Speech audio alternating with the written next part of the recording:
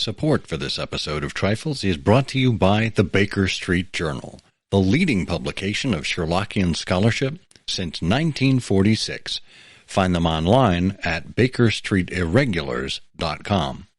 And also by the generous support of listeners like you who choose to support us at Patreon for as little as $1 a month. Patreon.com/trifles. Welcome to Trifles, a weekly podcast about the Sherlock Holmes stories. It is, of course, a trifle, but there is nothing so important as trifles. Yes, the lodger was veiled, the face was yellow, and the valley was fearsome, but there are so many other details to pick apart in the stories. Pray, be precise as to details. You know the plots, but what about the minutiae? Have you ever stopped to wonder what kind of medical practice Dr. Watson actually ran? Or about the number of Holmes's monographs? Or how much the rent was at 221B Baker Street? You are very inquisitive, Mr. Holmes. It is my business to know what other people don't know. Scott Monty and Burt Wolder will have the answers to these questions and more in Trifles. The game's afoot.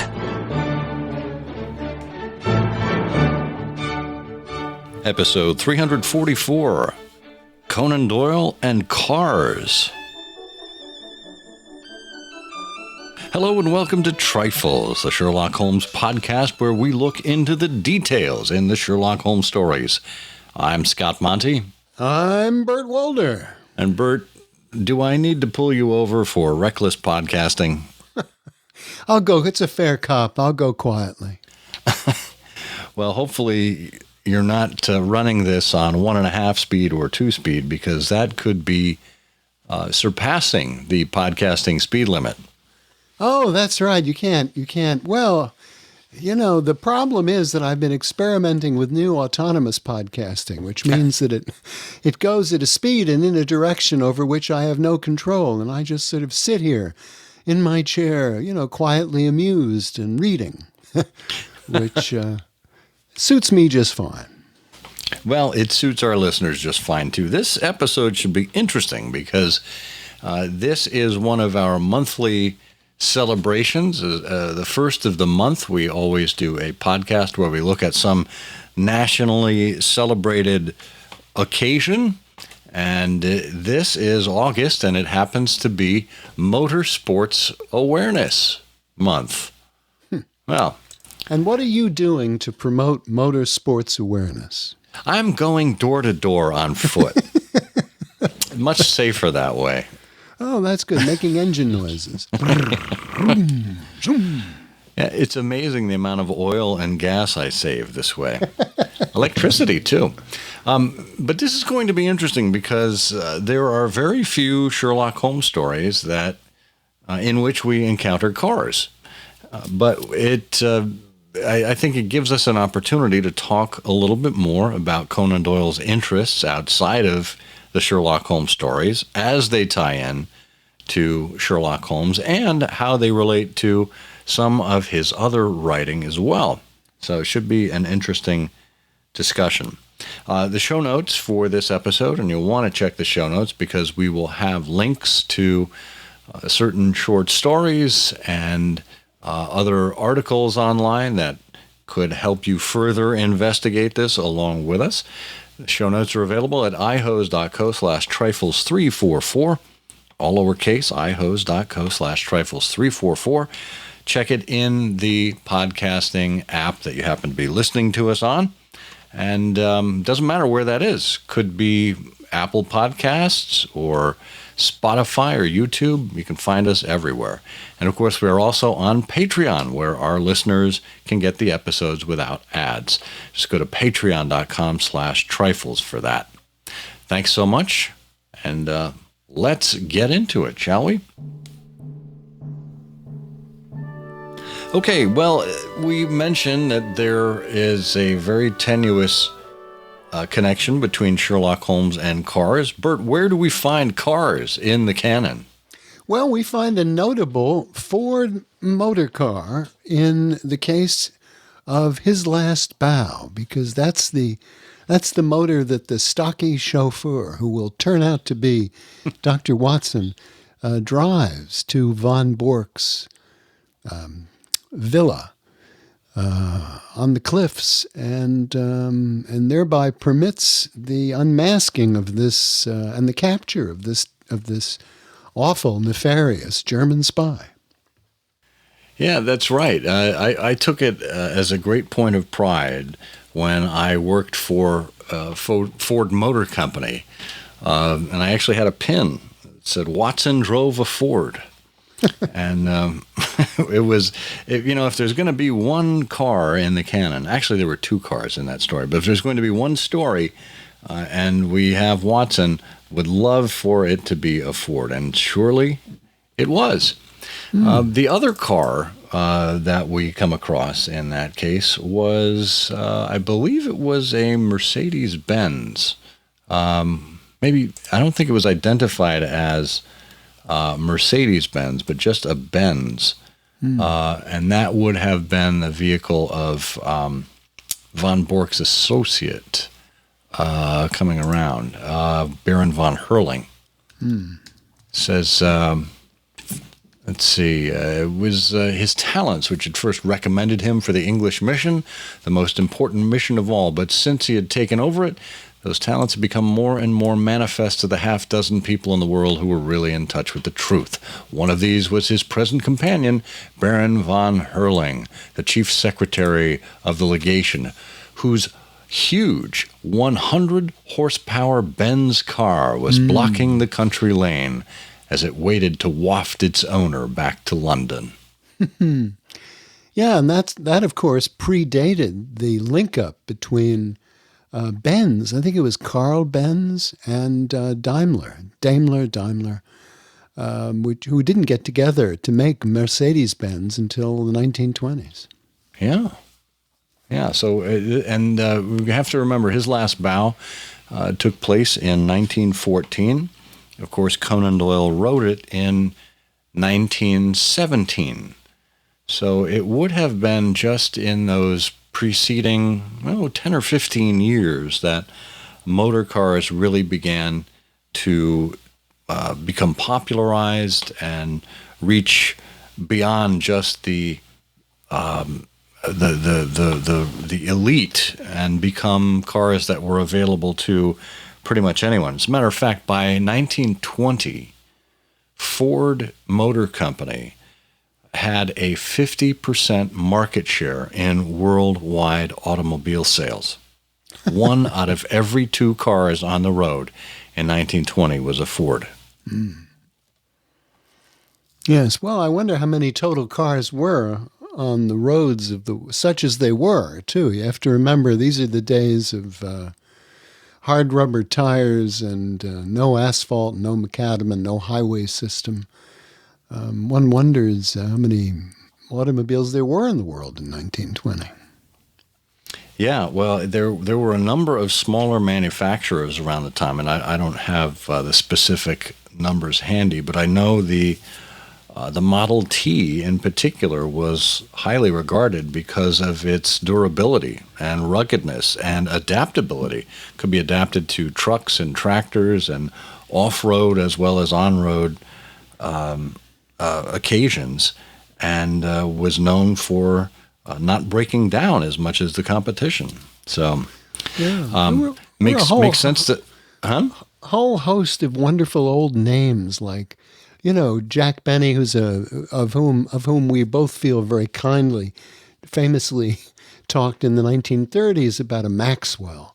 But there were also wonderful old brands, the Auburn and the Davis and the Dixie and the Marmon and the Mercer and the Peerless, all sorts of magnificent cars in the 1920s. And the 1920s was a great time, too, for Chrysler.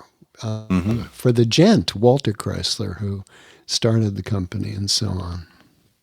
And 1921, when Lincoln came into the property of Ford Motor Company.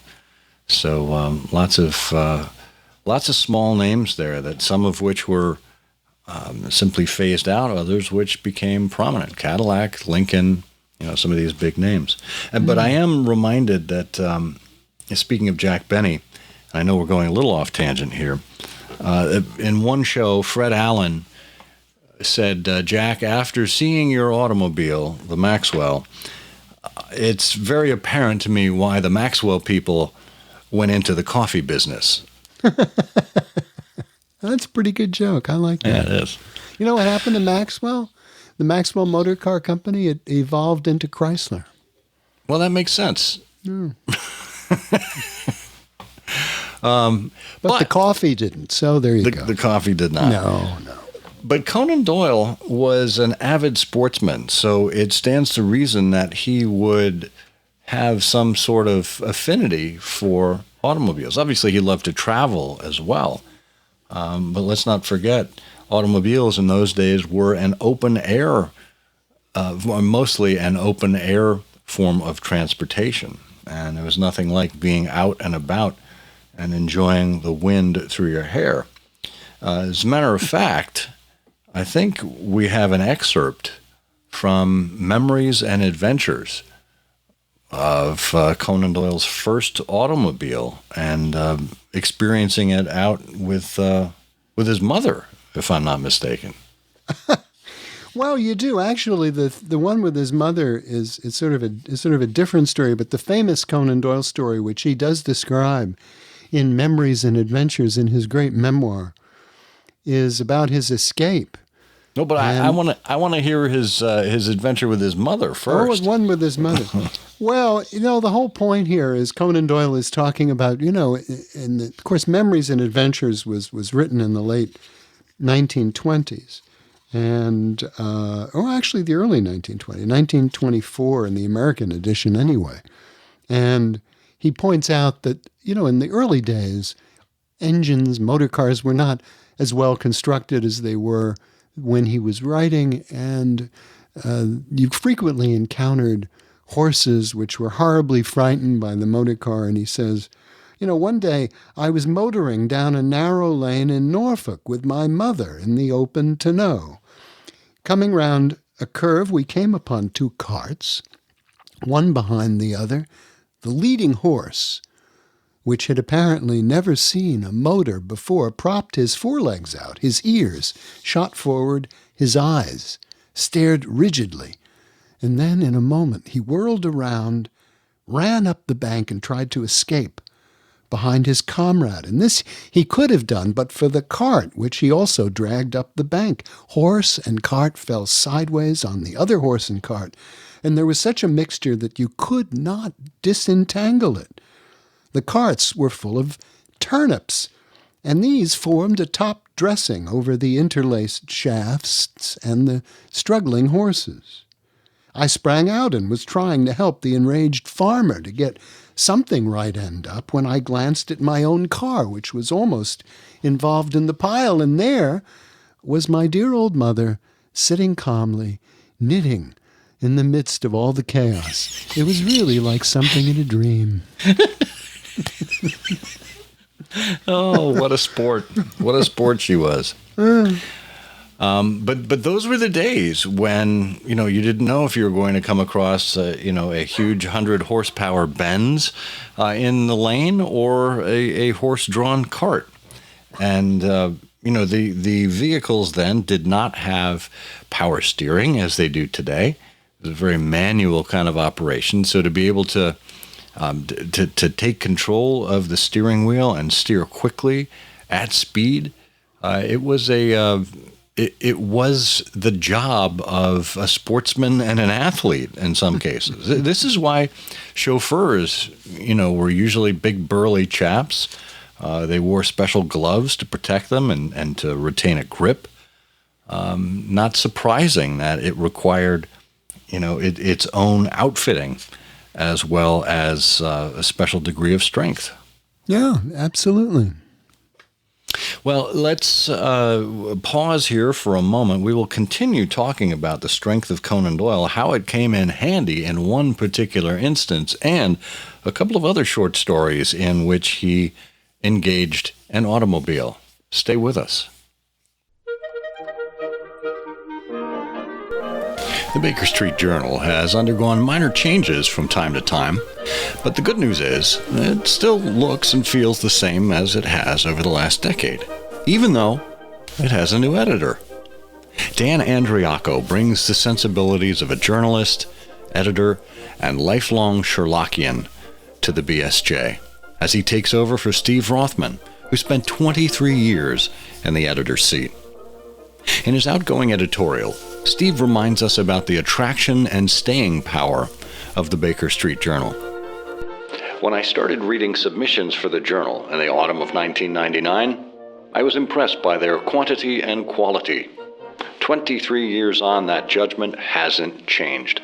I am regularly amazed by Journal's writers' ingenuity. They are curious, imaginative, and widely read. And he's absolutely right. Get yourself on a list of subscribers so you too can be impressed with what Baker Street Journal writers have to say on a quarterly basis. Simply go to bakerstreetirregulars.com and sign up today. Okay, we're back talking about Conan Doyle and cars. And Bert, I think we were talking about the strength that it takes. And there was one instance in 1904 when Conan Doyle was driving home from playing golf with his brother Inez and had a little bit of an incident where he turned too quickly into his driveway and he clipped the gate post. And what happened after that? He says in Memories and Adventures, when it comes to escapes, I've had more than my luck. One of the worst was in a motor accident when the machine, which weighed over a ton, ran up a high bank, threw me out on a gravel drive below, and then, turning over, fell on top of me. The steering wheel projected slightly from the rest, and thus broke the impact, and undoubtedly saved my life. But it gave way under the strain, and the weight of the car settled across my spine just below the neck, pinning my face down on the gravel and pressing with such terrific force as to make it impossible to utter a sound. I felt the weight getting heavier moment by moment and wondered how long my vertebrae could stand it. However, they did so long enough to enable a crowd to collect and the car to be levered off me. I should think that there are few who can say that they've held up a ton weight across their spine and lived unparalyzed to talk about it. It is an acrobatic feat which I have no desire to repeat. Jeez. Yeah.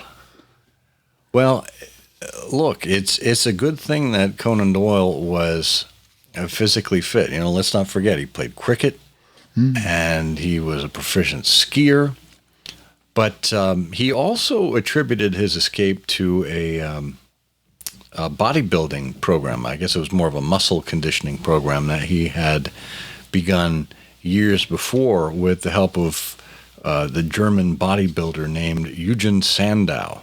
And that allowed Conan Doyle, who was a physically imposing man, I think he was over 6 feet in height, and barrel-chested, to be able to at least withstand the pressure of the car. I mean, he couldn't lift it off of himself. That was what the crowd was required for. But, gosh, had he not undergone that physical training regimen, who knows? We might not have had the Hound of the Baskervilles and other stories later on. Oh, that's right. That's right. Actually, it would have been, I think the Hound was written by that. It would be The Return and all the stories after that. Oh, yeah. But clearly, this idea of owning and operating a car really played into Conan Doyle's consciousness, because in 1913, this would have been about 9 years after his own accident, he wrote a story called How It Happened. And what is How It Happened about, Bert, if you can give us a thumbnail? Well, it is a short story. It's about 1,500 words. It was published, as you say, in 1913. And it's a story really about masculine pride. You know, the narrator is a man who is met at the beginning of the story by his chauffeur, Perkins, at a little country station while he's coming back from London, and he wants to try his new car, which had been delivered that very day. And he was warned that the gears were not of the same type that he's used to. But anyway, he insists on driving. And they're motoring along, and they were just over the brow of Claystall Hill, one of the worst hills in England, when he loses control and he tries to bring the car back on the road. And, when his chauffeur tells him to bail out, he doesn't bail out. And in the end, he manages to get home, but like Conan Doyle, he crashes into the park gate. And this whole story ends with Perkins having, the chauffeur has now injured his leg, I think, and the narrator, meets, it's got sort of a typical spiritualistic, well, not a typical, but sort of an odd Gothic end. What happens at the end is the narrator meets a dead friend, Stanley, who tells him the news that he himself died in the accident. Ooh, it's like a Twilight Zone episode. A twist ending like that. Yeah. And interesting to me is that the story was told by a medium. So here we have Conan Doyle's interest in spiritualism meeting Conan Doyle's interest in automobiles. And irony of ironies, he used that same kind of crash. The brakes gave way, and as you say, it crashed into the gate, and the vehicle turned over. There, but for the grace of God goes Conan Doyle, essentially. But yeah, one of those twist endings in 1913. So, similarly, there's another short story, and I hadn't read this one until, maybe about a year or two ago, and somebody pointed it out to me. One Crowded Hour. And that was written in 1911. And One Crowded Hour is it's a story of highway robbery, but removed from the Old West and the Australian backcountry that we come across in Boscombe Valley Mystery, I guess. Here we have individuals in Edwardian England, or one individual in particular, who stopped a vehicle and robbed the inhabitants of the vehicle, including the chauffeur, and kind of went on his way, a masked man, as it were. And as it turns out, one of the victims of the robbery shows up at the house of the magistrate the next morning and accuses the magistrate of having robbed him the night before. And he said he recognized the white tuft of hair that was sticking out from under the mask and under the hat. And as we discover, the magistrate admits that there was a particular fellow, I think he was a lawyer, Sir George Wilde, senior partner of Wilde and Guggendorf, founders of the Ludgate Bank of infamous memory, who basically swindled our magistrate friend here, whose name was Sir Henry Hailworthy, swindled him out of a good sum of money.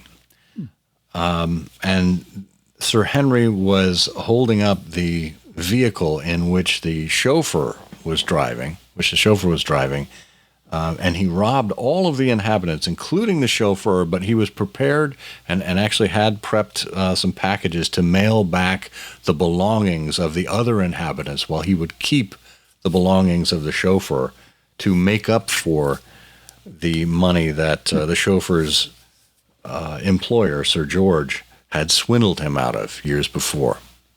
So, kind of a twist ending there as well, with someone kind of making good to the innocent victims in this highway robbery. But I think he was, Sir Henry himself was driving a Rolls Royce, and the other car was an open touring car. I don't think they mentioned exactly what it was. Interesting. But yeah. But, again, I mean, this could have taken place in any variety of situations, but here in 1911, in one crowded hour, Conan Doyle decided to use the relatively new conveyance of the automobile as part of the plot. Interesting. Hmm. Well, it's clear that because Conan Doyle set the Sherlock Holmes stories mostly between the years of 1887 and 1903, with the exception of his last bout, it's clear that those stories wouldn't necessarily lend themselves to the use of an automobile. It would be a rather odd thing rather than a commonplace thing, and would have probably stood out in the story rather than as a backdrop. So it's true. And, it's interesting because one of the things this conversation points out is the importance of the illustrator, because an automobile, as an example, is only going to pop up in Watson's narrative when there's a reason for it to be mentioned. And so there's a wide variety of, we frequently find Holmes and Watson on trains, but I can't remember offhand any time, for example, either one of them took a bus anywhere, except in Hound of the Baskervilles, when they didn't take a bus. But thanks to Sidney Paget, you have this illustration of Holmes and Watson walking, I think, down Regent Street. And in the background, because of course they're looking for the bearded man who they see in a hansom cab, but in the background you see an omnibus. And it's the only time that these kinds of conveyances pop up in the cases of Sherlock Holmes is when, for one reason or another, the illustrator has put it in the view. That's a fascinating observation. And we probably would have paid more attention to the vehicle that, I guess it was Stapleton was in The Hound of the Baskervilles. If that omnibus weren't in the background distracting us, we would have noticed that Stapleton was actually in an Uber. An Uber. So it was an early German cab. Oh, well, maybe, like a Benz Uber. Oh, how interesting. Yeah, maybe von Bork should have hired an Uber driver instead. Yeah. And that, as you know, is just a trifle. It is, of course, a trifle, but there is nothing so important as trifles. Please join us again next week for another installment of Trifles. Show notes are available on SherlockHolmesPodcast.com. Please subscribe to us on Apple Podcasts and be sure to check out our longer show, I Hear of Sherlock Everywhere, where we interview notable Sherlockians and share news of the Sherlockian world. You take my breath away, Mr. Holmes. Good afternoon, Mr. Ferguson. Mr. Neil Gibson wishes to see you at Thor Place at 11 o'clock tomorrow morning. This evening will be more convenient. The morning, 11 o'clock, Mr. Holmes. Will the motor be sent for us?